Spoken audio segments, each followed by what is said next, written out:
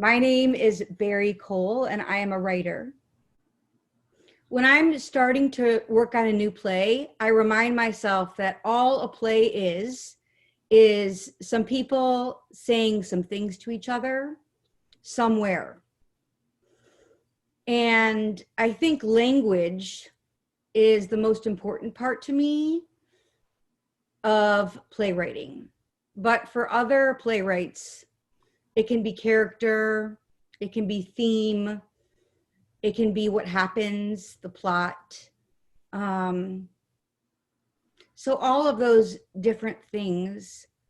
But for me, it's always about what they're saying. So language is the most important thing for me in plays and in the other things that I write, like essays and stories and poems and hybrid pieces and things like that. The lucky thing about writers is that other writers can be their mentors and you never have to meet them in person. All you have to do is read, and you start to figure out like, oh, how did they do that? Oh, wow. This play has very short scenes. This play has one long scene. How do you deal with a bunch of characters? How do you let the people playing the roles know your intentions when all you have are words? Journaling is really it's sort of like if I was a painter, the journal would be the paint.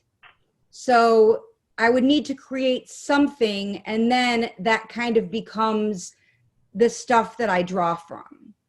And I like to use prepared journals, I call them. So I don't like to face any kind of blank page, and I don't start a Word document until later in the process, because I find when people start writing in Word documents, they start feeling judged. They feel like somebody's grading them. And so I feel like just having prompts on spiral notebooks, so that when I open up to any page, it just sort of says something. Like it could say an object, it could say the word hat, or it could say, I'm thinking about ... And then I just start. And then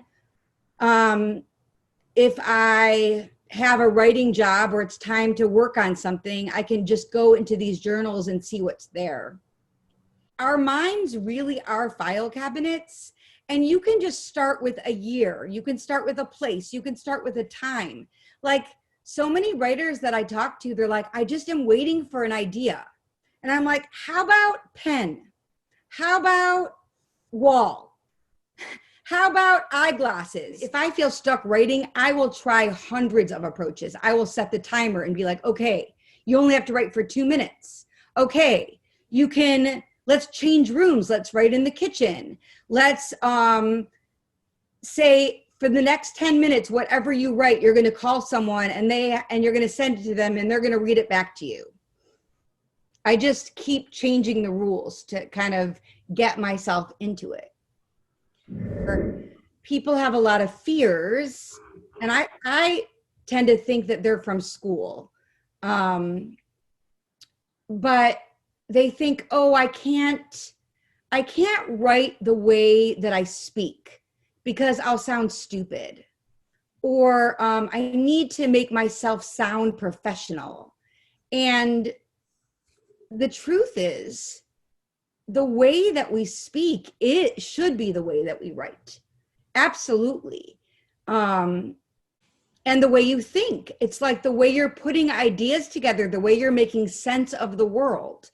And the only difference that I can see is that one, you get another chance. So in the same way where if somebody insults you and then you say something back to them, that's like, that was mean. But then later you can think of all sorts of things that you wish you had said.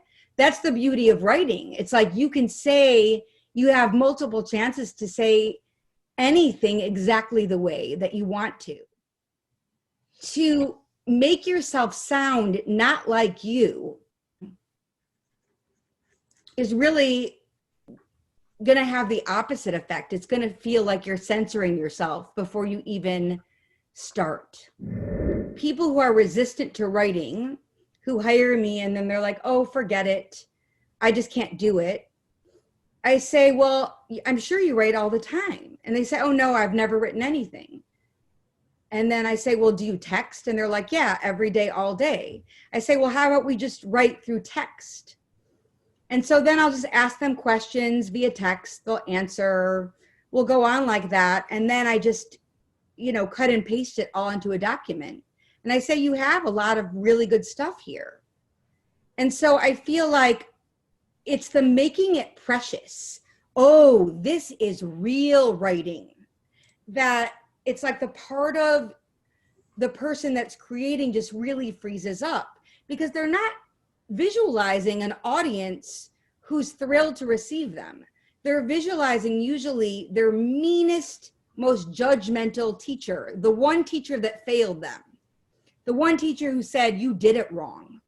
Especially in those early stages when you're like, I want to write something, I have something to say, to just let yourself go all over the place. And only after that, look at it and don't even judge it. Just go back with a highlighter and highlight for whatever reason, what you kind of like, or even what you don't hate. And you'll find that there's always stuff. And then you just build off that. So that's kind of the way that I like to work, both with my own writing and with other people. I am Barrie Cole, and I am a writer.